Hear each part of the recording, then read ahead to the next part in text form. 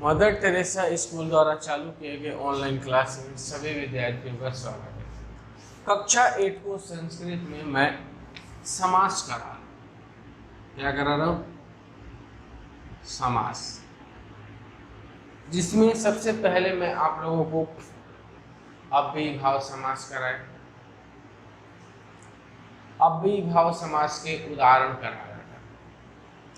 आज भी मैं आप लोगों को कोशिश करूंगा कि अव्ययीभाव समास के उदाहरण ही कराए जाए। जैसे कुछ उदाहरण लिख रहा हूं, जैसे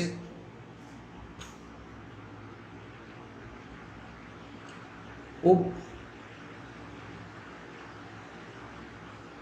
नगरम,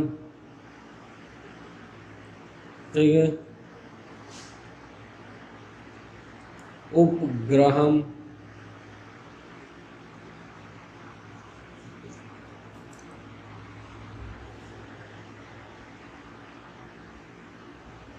सशास्त्रम,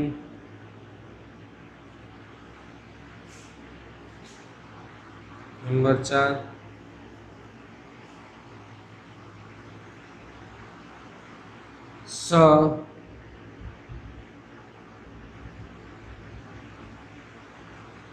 सहस्त्रम,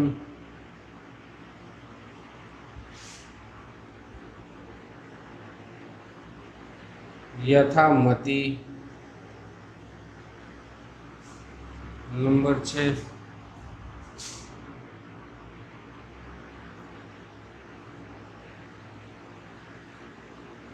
यथा बुद्धि, नंबर 7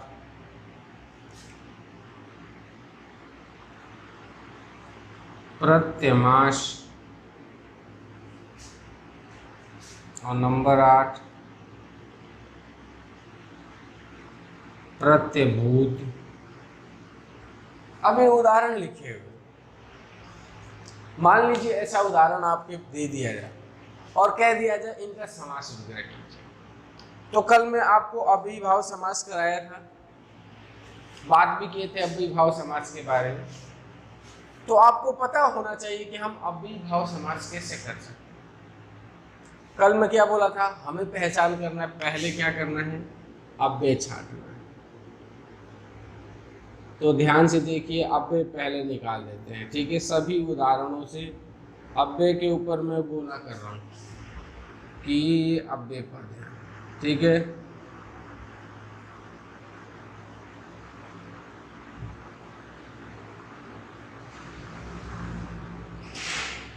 अब देखिए, सबसे पहला उदाहरण इसमें क्या है? उप, क्या है?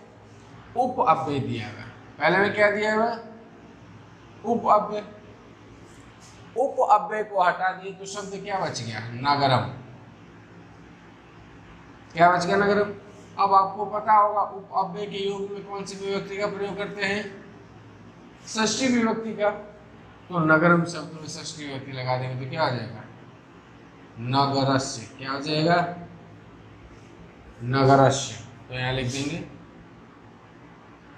नगरस्य। अब उप अव्यय का अर्थ क्या होता है? समीपन। क्या होता है? समीपन। उप अव्यय का अर्थ क्या होता है? समीपन, यानी पास में। तो यहां लिख देंगे समीपन। नगरस्य समीपम, यानी नगर के पास में। ये क्या हो गया? इसका समास हो गया। दूसरा भी है उपग्रह। उप अव्यय में कौन सी व्यक्ति का प्रयोग होता है? षष्ठी का। उप अव्यय हटा दें तो शब्द बच क्या क्या क्या बच गया? ग्रहम शब्द। अब ग्रहम शब्द में षष्ठी विभक्ति लगाएंगे तो क्या हो जाएगा? ग्रहस्य। क्या हो जाएगा? ग्रहस्य। क्या हो जाएगा? ग्रहस्य। उप अव्यय का अर्थ क्या होता है? समीपम। तो यहां लिख देंगे समीपम। तो अपना समास विग्रह हो गया ग्रहस्य समीपम। सशास्त्रम, श अव्यय आए तो श अव्यय के साथ में तृतीय विभक्ति का प्रयोग किया जाता है। पहला तो ये ध्यान रखें, ठीक है। श अव्यय का अर्थ होता है सहितम।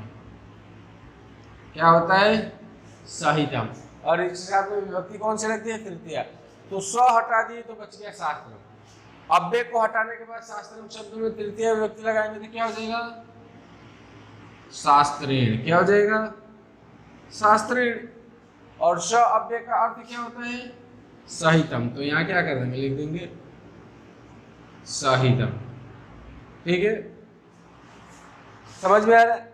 सशस्त्रम, श अव्यय को हटा देंगे, शस्त्रम शब्द, तो श अव्यय के योग में तृतीय व्यक्ति का प्रयोग होता है, तो श अव्यय हटा दिए, शस्त्रम बचा, तो इसमें लिख देंगे शस्त्रीण। क्या लिख देंगे? सहस्त्रीण।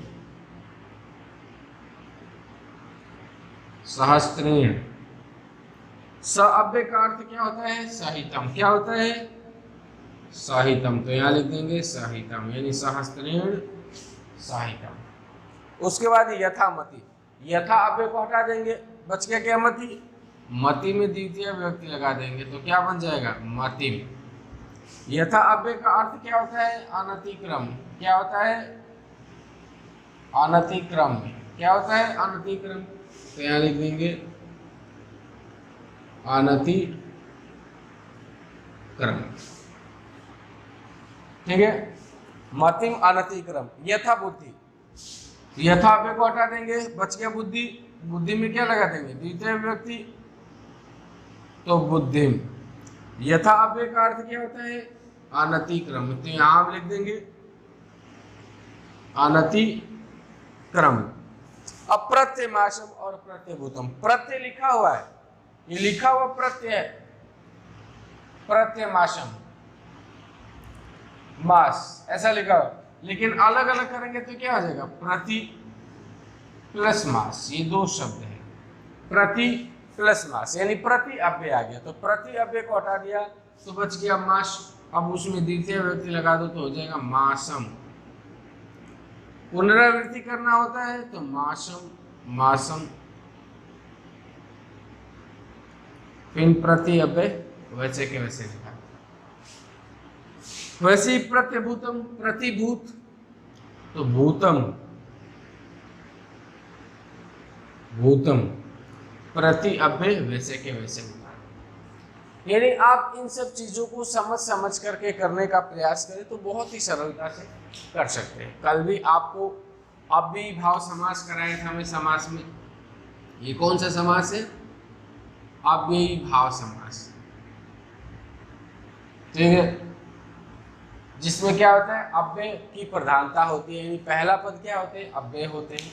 तो उन अव्ययों को पकड़ करके पहले उन अव्यय शब्दों को छांटना होता है, उनको अलग करना होता है, और मुख्य रूप से 6 अव्यय चलते हैं अपने कोर्स में। उन 6 अव्ययों के बारे में बता दिया कि कौन से अव्यय के योग में कौन सी विभक्ति का प्रयोग करना है। तो आप विशेष रूप से ध्यान दें, इन अव्ययों के योग में कौन सी विभक्ति का प्रयोग होता है, इन अव्ययों का अर्थ क्या होता है, ये दिमाग में बैठा के रखें तो अव्ययीभाव समास हम बहुत ही सरलता से हल कर लेंगे।